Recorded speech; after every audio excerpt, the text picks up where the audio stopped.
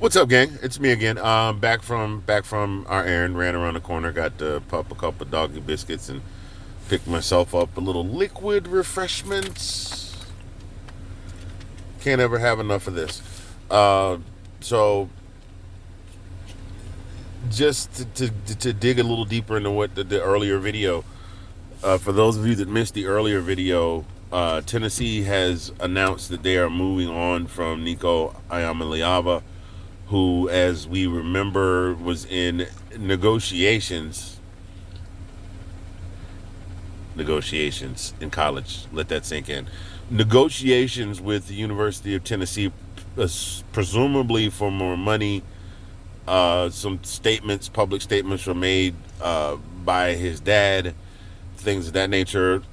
Content creators everywhere had a field day with this. I mean, some folks broke down his stats and how much he was making per pass and how much he made to play in his freshman year, because he wasn't the starter his freshman year, I don't believe. All of these things.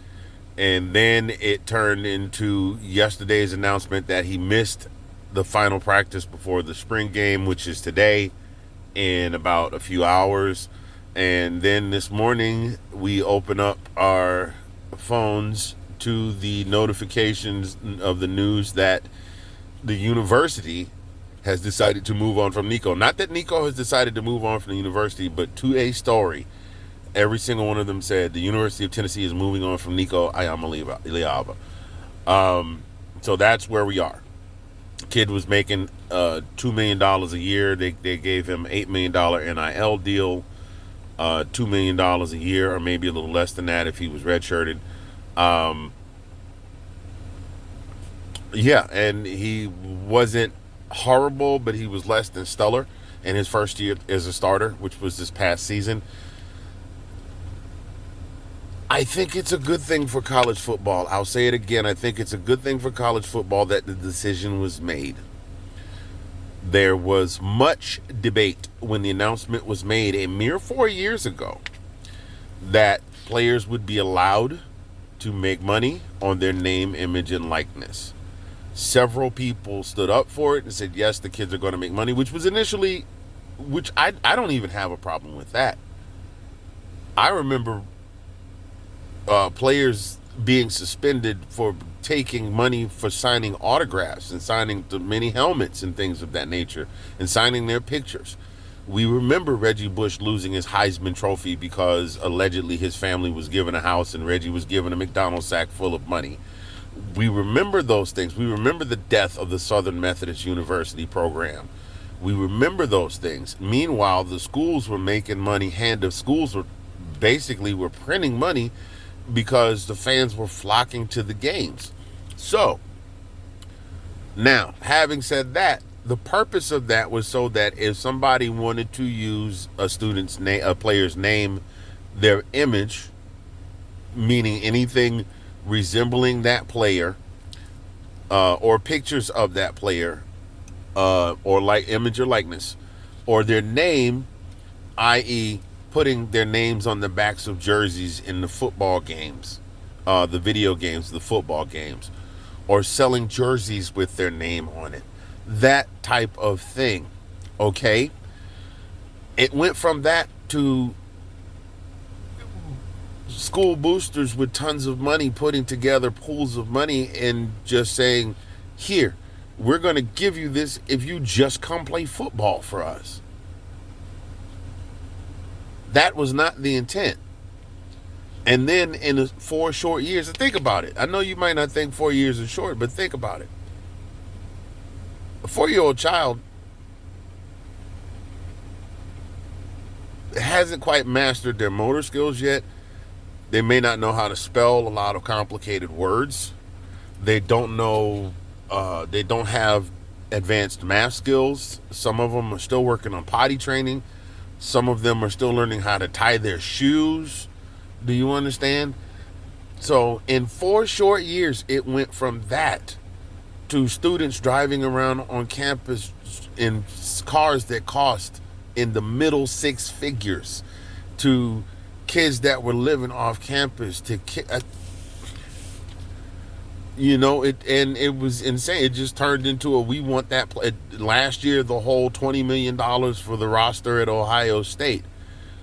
That's insanity. That is insanity. So it was only a matter of time before what we see now, where a kid's not getting enough playing time, or he doesn't feel like he's making enough money, and he jumps in the portal at the end of the season and goes to another program. In 4 short years, the loyalty to programs have gone out the window. Yes, I know those of you arguing the flip side that kiddos at school nothing. To a degree, I agree. But you can't build any cohesiveness on a football team if the players have not played together for a certain number of years. And the money has created at some schools, which they necessarily won't talk about publicly, locker room issues where you get a guy that's making $6 million a year and half of the rest of the players are getting little to no money and they're just fighting for a roster spot. I think it was a good thing. And this was bound to happen. I'm actually surprised it took this long for some kid to go, I'm worth more money than you're pay me or I'm gone.